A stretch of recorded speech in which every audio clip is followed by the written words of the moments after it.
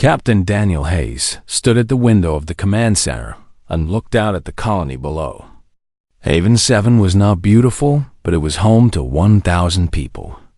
It was built on a planet with brown dirt, gray rock, and small green plants that humans had brought from Earth many years ago. The colony had buildings made of strong metal, water towers, food storage houses, and homes where families lived together. Daniel was 53 years old. He had been a soldier for 30 years. His face was marked with lines from long years of work under the sun of many different worlds. He had fought in 3 wars and lost friends in each one. Now he led the military forces of Haven 7. It was not a big force. He had 200 soldiers, some good weapons, and a lot of hope. The day was normal. The sun was setting. The workers in the farms outside the colony walls were coming home. Children played in the streets between the metal buildings. It was a day like any other day on Haven 7. Then the alarm came. The sound started low, then grew loud. It was the alarm that meant danger was coming. Daniel turned from the window fast. His second officer, Lieutenant Kevin Murray, ran into the command center. His face was white. "Captain," Kevin said, "we have ships coming. Many ships. From the direction of the Valorian Empire." Daniel felt his heart move faster. The Valorian Empire was the danger that kept all the colonies awake at night. They were big, they were strong, and they did not care about human life. The Valorian Empire had taken 10 human colonies in the past 5 years. Each time they came, they took what they wanted and left only death. How many ships? Daniel asked. 1 big command ship and 8 small fighter ships, Kevin said. They will be here in 4 minutes. They are not hiding. They're sending a message on all the channels. They want us to hear them. Daniel went to the communication station. The operator, a young woman named Grace Wilson, turned to him. "Captain, they want to speak with you. This is their message." A sound came from the speakers. It was a deep voice, like the sound of earth moving. The words came in the human language, but something about them sounded wrong and hard. "I am Kethver, destroyer of the Valorian fleet. You will surrender now. You will give me what I want, or I will burn your colony from the sky. You have 10 minutes to decide. Give me the child." The command center became quiet. Every person stopped moving. Every person stopped breathing. "Give them the child? What does that mean?" Grace asked. "What child?" Daniel did not answer. He was thinking. The Valorian Empire did not ask for children. They asked for resources. They asked for metal and technology and fuel. They did not ask for children. "Get me the complete scam report," Daniel said. "I want to know what they are looking for." The science officer, Marcus Long, was already working. Numbers and pictures came up on his screens.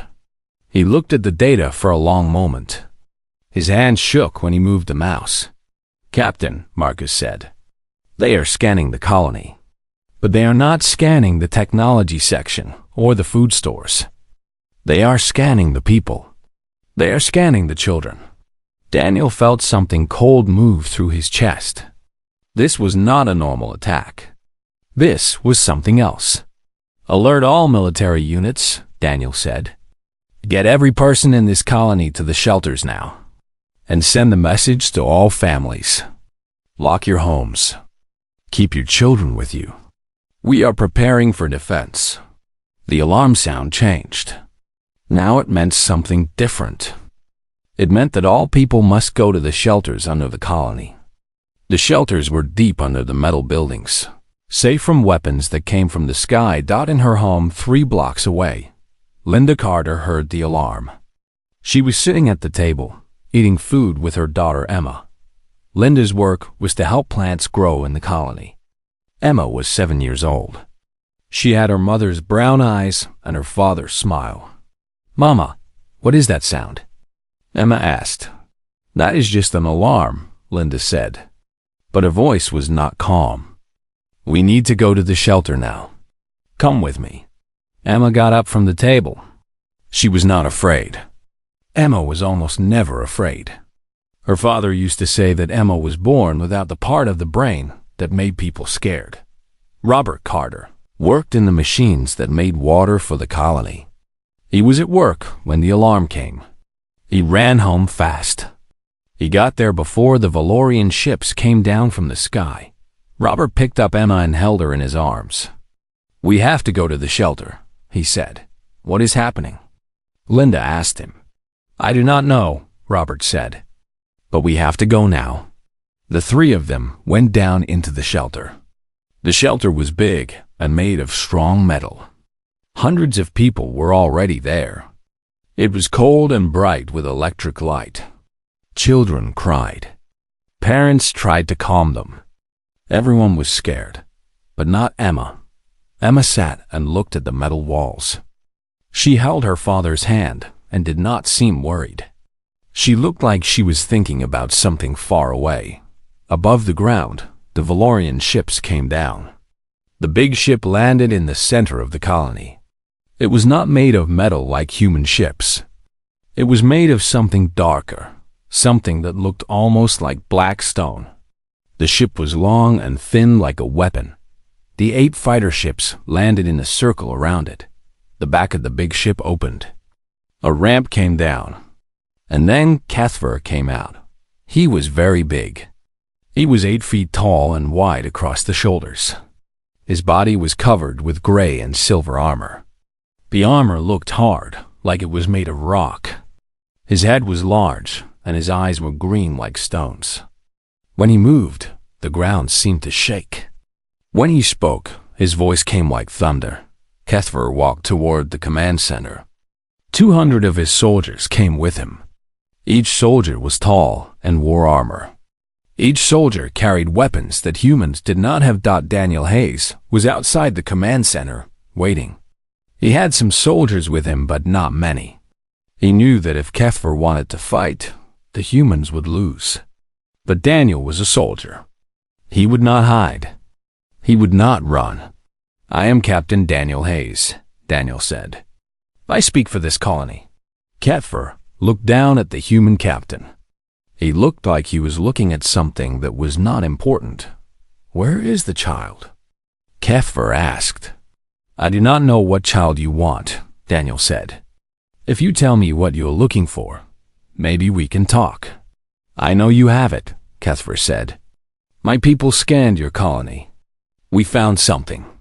A child with DNA that is different from the others. A child with something we want. You will give it to me, or this colony will burn." Daniel understood now. They did not want resources or technology. They wanted a person. They wanted a child. He thought of all the children in the shelter under his feet. He thought of Emma Carter, who was brave and kind and loved to smile. He did not know if Emma was the child they wanted, but he would not let anyone hurt any of the children in his colony. "No," Daniel said. "We will not give you anyone. You can attack us if you want, but we will fight. We will protect our people." Cathver was quiet for a moment. Then he raised his hand. His soldiers pointed their weapons at the command center, that the battle for Haven 7 had not started yet. But the choice had been made. The humans would not give up their children. Not for anything. Not for anyone. Even if it meant they all had to die. The alarm system changed again. The new sound meant that weapons were ready. The new sound meant that people would die. In the shelter far below the ground, Linda held Emma close to her chest. The shelter was shaking. The sound of explosions came from far away. The metal walls around them made the noise louder and scarier. Many people were crying. Some people were praying. Emma felt her mother's arms around her. She did not cry.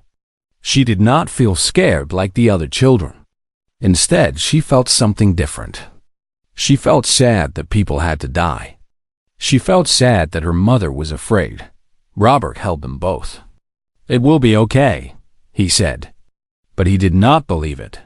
He looked at the metal ceiling and thought about the alien commander above them with his weapons and his soldiers. Above the ground, the battle was happening very fast. The human soldiers fired their weapons at the Valorian fighters. The weapons made fire and loud sounds. But the Valorian weapons were much stronger. For every Valorian soldier that fell, 3 human soldiers fell. Captain Daniel Hayes was in the command center. He could see the battle on screens. He could see his soldiers dying. He could hear the sounds of the weapons. He made decisions about where to send more soldiers, where to move the defense, how many people would die because of his orders. Lieutenant Kevin Murray came to him. Kevin's uniform was dirty with dust and blood.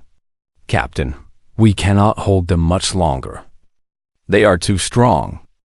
They will reach the main shelter in 10 minutes. What do we want to do?" Daniel knew what that question meant. It meant Kevin was asking if they should let all the people in the shelter leave, knowing that some would escape and some would be caught. It meant that soon Daniel would have to make the hardest decision that any leader ever has to make. "Send half the soldiers to the underground tunnels," Daniel said. "Get as many people as possible to the east shelter. I will keep the defense here. We will slow them down as much as we can." Kevin saluted and left. Daniel stood alone in the command center, watching his soldiers die on the screens. And he thought about all the families that were counting on him to keep them safe. In the shelter, the shaking was getting worse. The lights started to go out and come back on. People were moving toward the tunnels. Robert was helping to move people through the passages. Emma was holding her mother's hand, walking with the crowd. But Emma was thinking about something different. She was thinking about the big alien commander. She was thinking about what he wanted. She was thinking about all the soldiers outside who were dying because of him. Emma knew something that the adults around her did not know. She knew that the soldiers were dying because they were protecting her. The command above the ground said, "Give me the child." The soldiers were fighting because they did not want to give Emma to the alien commander. Emma was not afraid of Kethvar. Emma had never been afraid of anything. But she understood fear. She had seen her mother afraid. She had seen her father afraid. And she understood that fear made people do things that hurt other people. Emma let go of her mother's hand. "Emma, no," Linda said. She reached out to grab her daughter, but Emma was already running back. Emma was running toward the tunnels that went up to the surface. "Emma, come back." Robert was running after her now. But Emma was fast. Emma was small. Emma moved through the crowd of people like water moving through a stream. Linda and Robert could not catch her. They could not follow her up the tunnel. There were too many people in the way. Emma ran up the tunnel. The tunnel was dark. The lights were going on and off. She could hear the sounds of the battle getting louder and louder. She could hear Valorian weapons and human weapons and explosions. But she did not stop running. She came out of the tunnel at the main entrance to the colony. The main entrance was big, and it was open. The metal doors had been broken by the Valorian weapons. Outside, she could see the Valorian command ship. She could see Valorian soldiers walking toward the colony. Emma walked out. The ground was hard under her feet. The air was different from the air inside the colony. It smelled like burning metal and hot stone. She could see the big alien commander standing with his soldiers. He was very big. His armor was very hard. He looked very strong. Emma walked toward him. All the Valorian soldiers stopped moving. They looked at this small human child walking toward their commander. They did not understand what was happening. Kethvar looked down at the child. He was holding a weapon in his hand. He could kill this child with one movement. One movement, and the scanning mission would be complete. One movement, and he could take the body back to his empire. But something made him stop. The child was smiling. Emma came very close to Kethvar.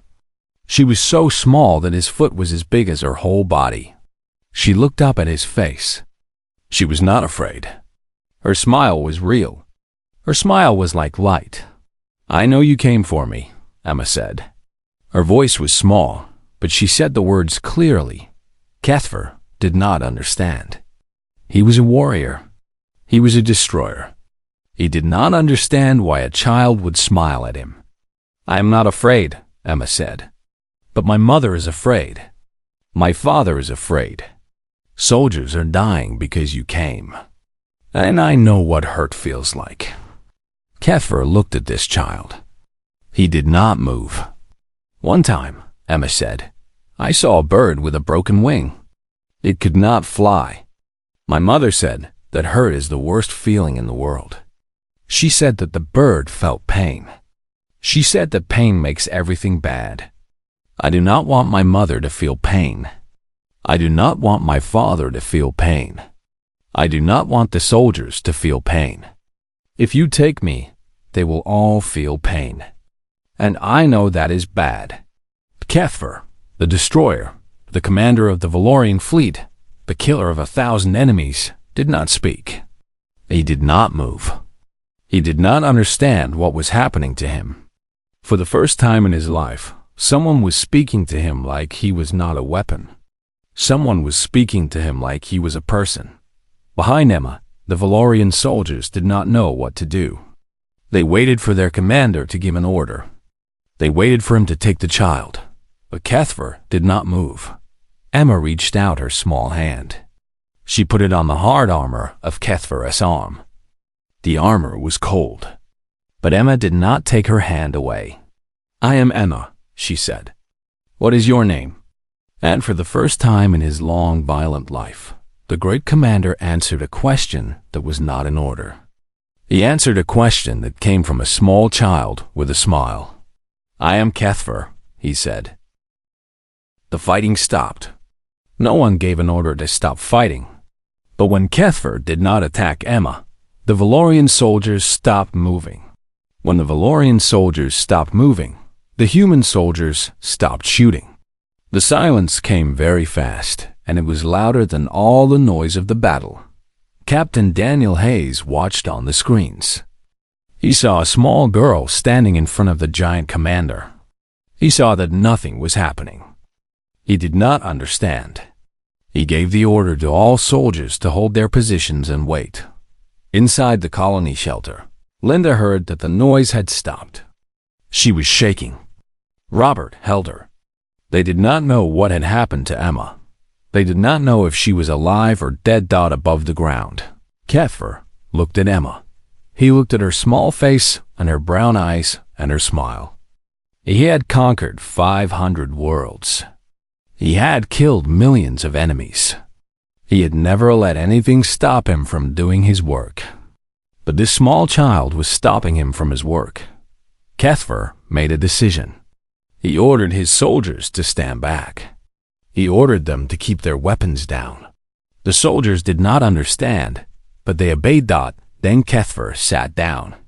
His armor was so heavy that when he sat, the ground shook. But he sat down. Now his face was closer to Emma's face. "Why did you come to me?" Kethver asked. Emma was still smiling. "Because you are the one who makes the decisions," she said. "I came to talk to you. I came to tell you something. What do you want to tell me?" Kethver asked. Emma thought for a moment. She was only 7 years old, but in that moment, she thought like someone much older. She thought about pain and fear. She thought about why people hurt other people. She thought about why this big alien commander had come to take her away. "I think you do not know what it feels like to be kind," Emma said. Kethver did not answer. He was thinking about what the child said. "I think that you were made to be a weapon," Emma said. "I think that people told you to hurt things. I think that nobody ever told you that you could choose not to hurt things. I think that nobody ever smiled at you because they loved you. They only smiled because they were afraid." Kethver was very quiet. He looked at the small human child, and something moved inside him that had never moved before. "My father once said something to me," Emma said. He said that every person can choose to be good or to be bad. He said that the choice is always there, even when it is hard. He said that good people choose to help, not to hurt. I am not a good person, Cuthbert said. I am a weapon. Weapons hurt things. That is what weapons do. But you do not have to be a weapon anymore, Emma said. You can choose to be something else. Cuthbert stood up. He was very confused. He had been a commander of the Valorian fleet for 40 years. He had never thought about choices. He had only followed orders. He had only done his work. But now a small child was telling him that he could be something else. He called for a communication officer. A young Valorian soldier came to him. Make a place for the child to sit, Cuthbert said. We will talk. The soldiers built a small shelter from parts of their equipment. Emma and Cuthbert sat inside, and they talked. Emma told him about human families. She told him about love. She told him about why her mother would miss her if she was gone. She told him about how her father was sad when he saw dead things, even small dead things. She told him about the hurt that comes when you lose someone you love. Cuthbert listened. He had never heard words like these. In the Valorian Empire, warriors did not talk about love. They did not talk about sadness. They talked about power and victory and conquest. Do you have a family? Emma asked. Cuthbert looked away. I was made in a lab, he said. I do not have a mother or a father. The Valorian Empire made me. I belong to the Empire. That is sad, Emma said.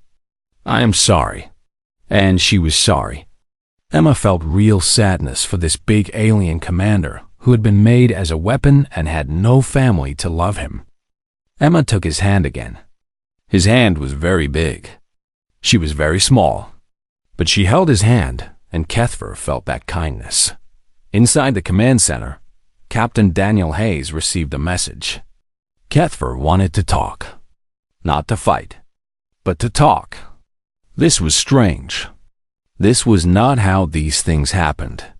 Usually when Valorian commanders came, they took what they wanted and left death behind them. They did not talk. Send a small team to talk with him, Daniel said. Send 2 soldiers with medical help. Send the communication officer. And be ready to shoot if this is a trick. But it was not a trick. When the human officers came out, Cuthbert did not hurt them. He told them that he would protect the colony. He told them that he would not take Emma away. He told them that he had decided to stop being a weapon. The human officers did not believe this at first. But Cuthbert showed them that he meant what he said. He ordered his soldiers to stand down. He ordered them to put their weapons on the ground. He told them that they were no longer serving the Valorian Empire. They were now protecting Haven 7. Some of the soldiers obeyed. 22 soldiers put down their weapons. 22 soldiers decided to follow their commander into something new. The other 10 soldiers did not put down their weapons. They were still loyal to the Empire. They tried to shoot Cuthbert, but Cuthbert was faster. Cuthbert was stronger. Cuthbert had been made to be a weapon, but now he was using his weapons to protect Emma and the colony. The 10 soldiers were defeated. They were captured, not killed. Because Cuthbert was learning something that Emma had taught him. He was learning that you can win without having to kill everyone. By the end of that long day, everything had changed. The Valorian commander had become a protector. The attacking force had become a defending force. And a small child with a smile had done something that no weapon could do. She had changed a warrior's heart. That night, Emma sat with Cuthbert under the stars. She told him about Earth. She told him about animals and plants and families and love. Cuthbert listened to every word. He was learning a new language. The language was not words. The language was kindness. And he was learning it from a 7-year-old girl who had never been afraid in her whole life. The message came through the Valorian communication channels at the worst possible time. Kethfer was having breakfast with Emma. They were in the human colony in the eating place called the cafeteria. Emma was teaching Kethfer about bread and fruit and juice. Kethfer was learning about the taste of food that was not made from machines, but the message came. It was from High Command. It was a command to return to the Valorian Empire immediately. It was a command that said Kethfer had betrayed the Empire. It was a command that said Kethfer must be destroyed. Kethfer read the message. Emma saw his face change. "What is wrong?" Emma asked. "My empire wants me to come home," Kethfer said. "Or they will kill me." Emma did not say anything for a moment. She was eating fruit. The fruit was small and sweet. "What do you want to do?" Emma asked. Kethfer looked at the small child. He thought about his life. He thought about the things he had done. He thought about the things he had ordered other people to do. He thought about Emma teaching him about kindness. "I want to stay here," Kethfer said. "I do not want to go back to being a weapon." Emma smiled. "Then tell them that," she said. "Tell them that you do not want to be a weapon anymore." So Kethfer did something that had never been done before. He sent a message to all the Valorian military channels. He sent the message to all the ships of the Valorian fleet. He sent the message to all the colonies that the Valorian Empire controlled. He sent the message to every frequency where it could be heard. And in that message, he told his story. He told about the child who came to him without fear. He told about the smile that made him understand something new. He told about the words that made him think about his life for the first time. He told about learning that he did not have to be a weapon. He told about learning that he could be something else. He told about love. He told about kindness. He told about human families that would die to protect their children. He told about an empire that was built on fear and pain. He told the truth. And he told it to everyone. The message was heard by millions of Valorian soldiers. The message was heard by workers in the Valorian factories. The message was heard by people who had lived under Valorian control their whole lives. The message was heard by people who had never heard anyone speak like this before. Some soldiers heard the message and wanted to think about it. But the Valorian High Command did not give them time to think. The High Command was afraid. The High Command was afraid that if soldiers started thinking about kindness, they might stop following orders. The High Command was afraid that if soldiers heard about freedom, they might want to be free. So the High Command made a new order. The order said that Kethfer was a traitor and must be killed. The order said that any soldier who listened to Kethfer's message was also a traitor. The order said that all forces must attack Haven 7 and destroy it and everyone in it. The Valorian fleet was far away, but not too far away.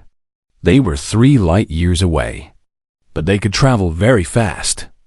They could be at Haven 7 in 6 hours. Captain Daniel Hayes was told about this. He called Kethfer to the command center. Kethfer came, and Emma came with him. She held his hand. "They are coming," Daniel said. "Your empire is sending the whole fleet. 30 ships. Maybe more. We cannot fight them. Our weapons are too weak. We have no chance to win." Kethfer was quiet. He was thinking about what his choice meant. His choice meant that everyone in this colony would die. His choice meant that people would suffer. His choice meant that pain would come, but it was his choice. "I can help," Kethfer said. He went to the communication center. He started to work on the old Valorian equipment that was in the colony. He started to send information to the human soldiers. He told them about the Valorian fleet. He told them about their ships and their weapons. He told them about the ways the ships were protected. But more important, he told them about the ways the ships were not protected. He told them about secret frequencies that could be used to talk to the ships. He told them about the way to jam the weapons. He told them about a Valorian weapon storage place that was only 3 light years away. He told them that if they could get to that storage place, They could get weapons that were as strong as the weapons of the Empire. You cannot fight the Valorian fleet with your current weapons, Kethver said. But if you have the right weapons, and if you have the right information, maybe you can defend yourself. Maybe you can survive. Captain Daniel listened to everything. He started to plan. He sent the fastest ships that the colony had to the weapon storage place. He started to prepare the defenses. He started to teach the soldiers what Kethver had told him. But Daniel knew something. Even with Kethver's help, it was not enough. The Valorian fleet was too big. The colony's weapons were too weak. If the fight happened, the colony would lose, unless something else happened. Kethver was thinking about this. He was sitting with Emma again, looking at the stars. Emma was asleep against his side. He was very careful not to move because he did not want to wake her up. "You are thinking hard," a voice said. It was one of the soldiers who had stayed with Kethver. His name was Tesh. Tesh was young, only 30 years old. He had come to Kethver when the commander was fighting against the colony. But after hearing Kethver's message about kindness, Tesh had decided to stay. "I am thinking about what will happen," Kethver said. "The Empire will come. They will want to kill me. They will want to kill Emma. They will want to kill everyone in this colony." "Yes," Tesh said. "This is true. I do not want that to happen," Kethver said. "Neither do I," Tesh said. Kethver looked at all the stars in the sky. He thought about how big the galaxy was. He thought about all the people who did not know about what had happened here. He thought about all the people who would never know that a small child had changed a warrior's heart dot, and then Kethver understood what he had to do. He had to make sure that everyone knew. He had to make sure that the whole galaxy knew what the Valorian Empire really was. He had to make sure that hiding this story would not be possible. "Tesh," Kethver said, "I need you to do something for me." "What?" Tesh asked. "I need you to take the smallest ship we have," Kethver said. "I need you to go to every trading station, every human colony, every place where there are ships. And I need you to tell them what happened here. I need you to tell them about Emma. I need you to tell them about kindness. I need you to broadcast it on every channel. Make it so that no one can stop the message. Make it so that the whole galaxy knows." Tesh nodded. He did not ask questions. He understood what this meant. It meant that if the message was everywhere, the Valorian Empire could not commit genocide without the whole galaxy knowing why. "I will do this," Tesh said. And as Kethver watched his friend leave to take the message to the stars, he felt something that he had never felt before. He felt proud. He felt like he was doing something important. He felt like he was becoming something more than a weapon. Emma woke up. She looked at Kethver's face in the starlight. "What are you thinking?" she asked. "I am thinking about hope," Kethver said. "I am thinking about how even small people can change big things. I am thinking about how a child can teach a warrior what it means to be alive." Emma smiled and went back to sleep against his side. And Kethver stayed awake, watching the stars, waiting for the Valorian fleet to come. The Valorian fleet came through space like a dark cloud. 30 ships, each one bigger and stronger than anything the human colony had. The ships moved fast. They moved toward Haven 7 with weapons ready. They wanted to kill Kethver. They wanted to kill Emma. They wanted to destroy everything. Captain Daniel Hayes stood in the command center. He had soldiers ready. He had weapons ready. But he knew that none of this would be enough. He looked at the screens that showed the approaching fleet, and he understood that this was the end. But then, Kethver came to him. "We can use a strategy," Kethver said. "It is called the honey badger protocol. There is an earth animal called a honey badger. It is small. It is not the strongest animal. It is not the fastest animal. But when an animal much bigger tries to hurt it, the honey badger does not run. The honey badger does not give up. The honey badger fights back in ways that the bigger animal does not expect. Emma had told Kethfer about honey badgers. She had shown him pictures on a computer. She had told him that honey badgers were brave and would not give up even when everything was against them. "This is what we must do," Kethfer said. "We cannot beat the Valorian fleet in a normal fight, but we can be like the honey badger. We can fight in ways they do not expect." Kethfer went to the computers. He worked with human technology and Valorian technology together. He made the computers talk to each other. He made signals that could confuse the Valorian ships. He made information that could break the Valorian weapons. The smallest human ship left the colony. It carried Tesh and the message about Emma. That ship went to trading stations and human colonies. That ship broadcast on every channel. It told the story of how a small child had changed a commander's heart. It told the story of how the Valorian Empire wanted to kill people just because they said no. The Valorian fleet heard the broadcast, but they could not stop it. Every person in the galaxy was hearing the message now. Every person was learning the truth about what the Valorian Empire wanted to do. The Valorian High Command made a decision. The fleet would still attack Haven 7, but they had to be fast. They could not let this story spread more. They could not let the galaxy see them commit genocide in the light. They moved faster. They would be at Haven 7 in 3 hours now. Captain Daniel gave the order. All soldiers went to their battle stations. All weapons were ready. The humans would fight. They would not win, but they would fight. Emma was not in the shelter this time. She was with Kethfer in the command center. Kethfer wanted her to be safe, but Emma did not want to go to the shelter. Emma wanted to be with Kethfer. The first Valorian ship came into the sky above Haven 7. The weapons started. The explosions came. But this time, something different happened. When the Valorian weapons fired, they did not hit the colony. The weapons hit empty spaces. The weapons hit rocks and dirt.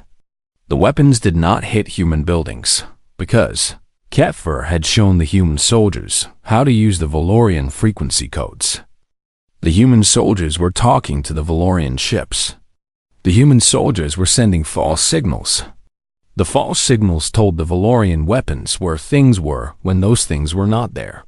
The Valorian ships were shooting at nothing, and while they were shooting at nothing, the human soldiers were shooting at them. The weapons that came from the storage place that Kethfer told them about were very strong. They were stronger than anything the human colony had before. The human soldiers used these weapons. They used them well. The first Valorian ship was damaged. It could not fight anymore. It had to leave, but this was not the main battle. The main battle was happening in the computers. Kethfer was fighting a battle that nobody could see. He was in the computer systems of the Valorian fleet. He was using the knowledge that he had learned when he was a commander of that fleet. He was using the knowledge about how to break Valorian systems. He sent signals that made the Valorian ships think they were under attack from each other. He sent signals that made the weapons not work. He sent signals that made the ships confused and unable to talk to each other. Emma was watching the screens. She could see what was happening. She could see that Kethfer was winning. But she could also see that the main Valorian ships were getting closer. She could see that soon the main fleet would arrive. And then, even Kethfer might not be able to stop them. Emma put her hand on Kethfer's arm. "You are doing good," she said. Kethfer did not stop working. He had his eyes on all the information coming to him. He was making decisions very fast. He was ordering the human soldiers where to shoot. He was ordering the ships to move. He was ordering the defenses to stay strong. But he heard Emma's words. And he understood that even if he lost this fight, he had already won something bigger. He had already changed. He had already become something more than a weapon. The first fleet of Valorian ships reached Haven 7. They started to attack. But they were not united. Kethver had broken their communication. They could not work together. The human soldiers attacked them one ship at a time. And one ship at a time, the Valorian ships were damaged. 2 Valorian ships were destroyed. 3 Valorian ships were badly damaged. The commanders of the Valorian fleet made a decision. They could not win this fight. Not like this. The message about Emma was spreading. The whole galaxy was watching. If they committed genocide, the whole galaxy would know that the Valorian Empire was evil. The Valorian fleet made the decision to leave. The ships turned around. They went back to the direction they came from. They left Haven 7. They left Kethver and Emma and the human colony. The alarm in the command center changed. It was the alarm that meant the danger was gone. The soldiers started to cheer. The people in the shelters started to cry because they were alive. Parents held their children. Soldiers held each other. But Emma did not cheer. She was looking at Kethver. Kethver was very tired. He had been working for many hours without sleep. His eyes were almost closed. But he was smiling. "We did it," Kethver said. "We won." "You did it," Captain Daniel said. He was standing in the command center, and he had tears on his face. "You saved us all." "No," Kethver said. "Emma did it. Emma showed me what was worth fighting for. Emma showed me that a small thing can be bigger than a big thing. Emma showed me that kindness is stronger than weapons." Emma walked to Kethver. She was very small next to him, but she was not afraid. She put her hand on his armor. "You changed," Emma said. "That is why we won. You changed from a weapon into a protector. You changed from a destroyer into a helper. You chose to be good." Kethver knelt down so that his face was close to Emma's face. And he did something that he had never done before in his whole life. He cried. The tears came from his eyes, and they were real tears. "Thank you," Kethver said. "Thank you for showing me that I could be more than what I was made to be." The sun was setting on Haven 7. The colony was damaged, but it was alive. The people were hurt, but they were together. The commander who came to take away a child had become the protector of everyone. And a small girl with a smile had done something that no army could do. She had changed a warrior's heart. In the days that came after, the colony began to heal. Kethver worked with the human soldiers. He taught them about the galaxy. He taught them about the dangers that were out there. He taught them how to survive. But more than that, he learned. He learned about families. He learned about love. He learned about kindness. He spent time with Emma every day. They would sit and talk about Earth and about life and about why being kind was harder than being strong. But more important, Haven-7 became a place where humans and Valorians lived together. Other Valorian soldiers came to the colony. They heard about what Kethver had done. They heard about how a child had changed everything. And some of them wanted to change too. Some of them wanted to stop being weapons. The story spread through the galaxy. Humans heard about it. Other species heard about it. The message that Tesh had broadcast went everywhere. Everyone learned that sometimes the smallest and most unexpected thing can change the biggest and most powerful thing. The Valorian Empire never came back to Haven 7. The Empire was afraid. The Empire was afraid of a small child with a smile. The Empire was afraid of a commander who had chosen kindness over power. And in all the galaxy, no one was more dangerous to the Valorian Empire than Emma Carter, a 7-year-old girl who had never been afraid in her whole life, because she had taught them something that weapons could not teach. She had taught them about hope.